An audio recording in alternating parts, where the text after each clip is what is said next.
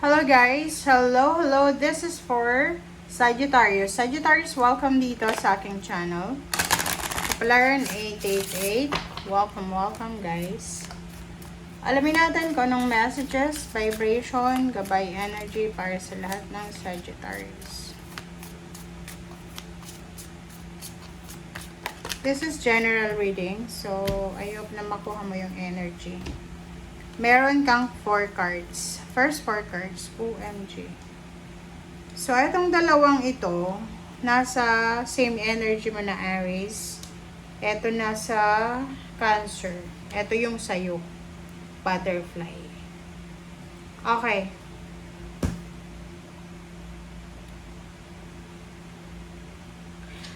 Dito sa first card mo, sa Spider, sinasabi ng bara sa'yo dito na nasa tamang direksyon ka. Kumbaga, Sagittarius, kung ano yung pinagkakaabalahan mo sa ngayon, ano bang trabaho, ano bang ginagawa mo sa everyday life mo, nasa tamang direksyon ka.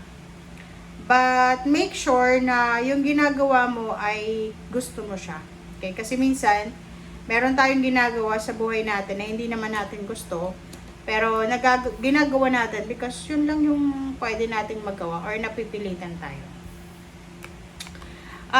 Spiritual maintenance yun. So, if you are super busy, marami kang ginagawa everyday, marami kang obligations, duties and responsibilities, make sure na meron pa rin tayong oras para magpahinga, para magsimba, para mag-spend time sa ating Panginoon. Okay? Giraffe, the bigger picture. So, etong giraffe na to, sinasabi ng bara sa inyo na kinakailangan yung magdahan-dahan. Okay? You need to be careful. Be careful sa lahat ng mga actions. Be careful sa lahat ng mga ginagawa natin everyday. Okay? Butterfly, take the leap of faith. So, ibig sabihin niya, kung may mga gusto kayong gawin, tapos natatakot kayo, Sagittarius, sinasabi ng baraha, huwag kang matakot. Huwag kang matakot na gawin ko anong gusto mo, but make sure na gusto mo talaga siya. And make sure na hindi tayo nagmamadali. Lalo na sa result, kailangan nating magdahan-dahan. Okay?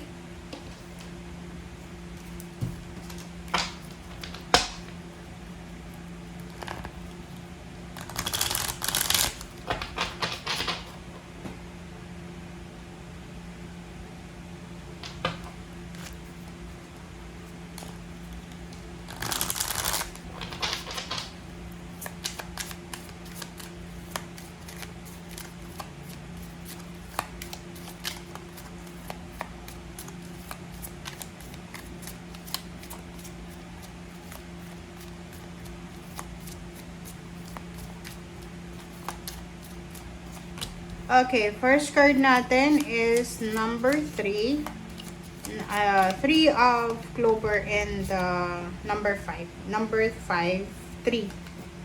Okay. Wait lang guys. Okay, so 3. This is for Sagittarius.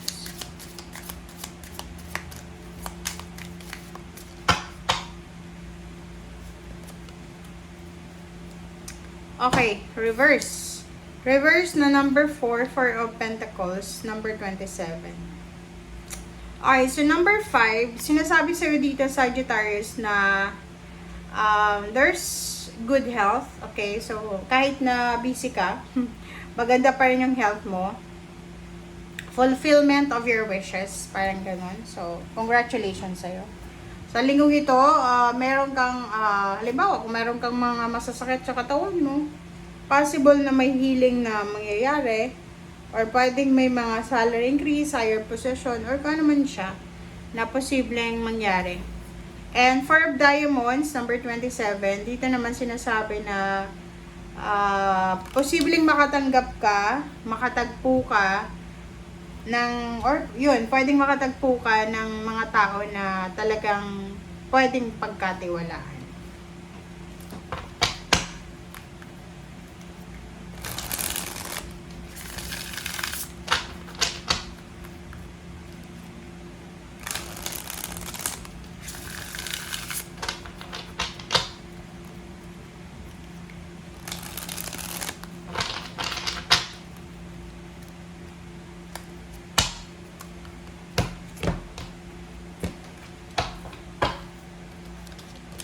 Okay, Four of Pentacles.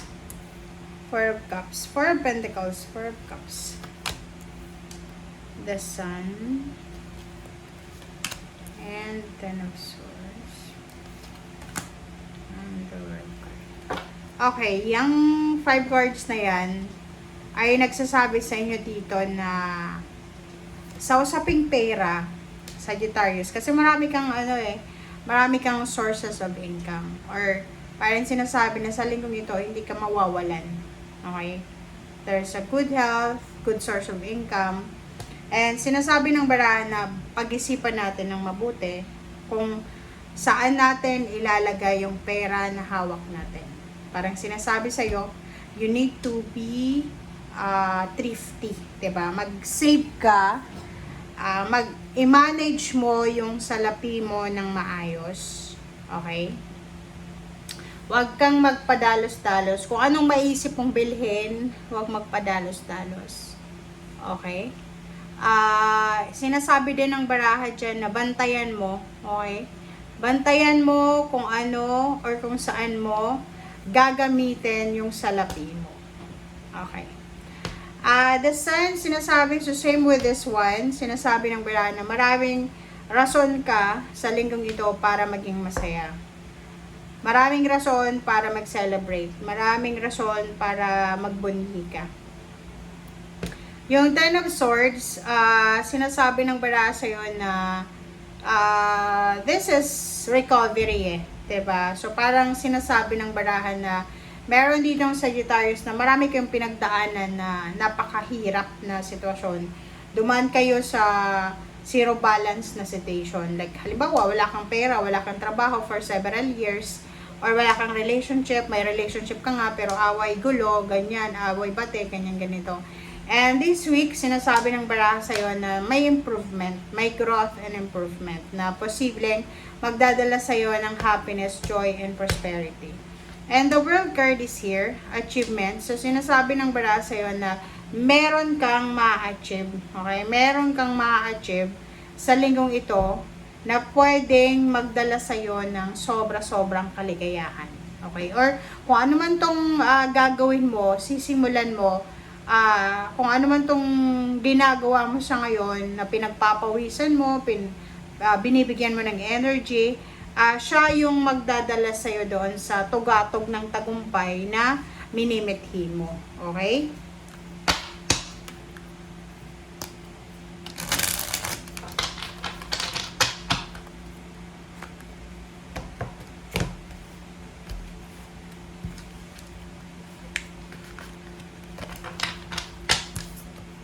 Okay, so Three of Pentacles. So nakikita natin dito, pwedeng merong mag-aaral. Pwedeng may mag-aaral, magte-training, magse-seminar na Sagittarius. Pwedeng may magninegosyo din. Okay, so nakikita ko sa'yo dito na umiwas ka sa negosyo na, kung plano mo magnegosyo, umiwas ka sa negosyo na alam mong like halimbawa yung negosyo na kailangan mo mag-open sa gabi. Okay? Kailangan yung negosyo na gagawin mo ay safe na safe ka, lalo na sa masasamang tao. Okay? Nakikita natin dito na maraming sources of information ka na posibleng makuha sa linggong ito na pwedeng makatulong sa'yo sa plano mong negosyo, plano mong pagta-travel, or plano mong paglilipat ng bahay or relocation. Okay? So, kung makikita mo dito yung Chariot, sa ilalim niya, plus Knight of Swords, sa linggong ito din, makakatanggap ka ng balita. There's a communication na etong communication ito ay makakatulong sa'yo para mahanap mo yung tamang tao na pwedeng makatulong sa'yo sa kung ano man tong negosyo or kung ano man yan na trabaho or kung ano man yan na plano na gagawin mo.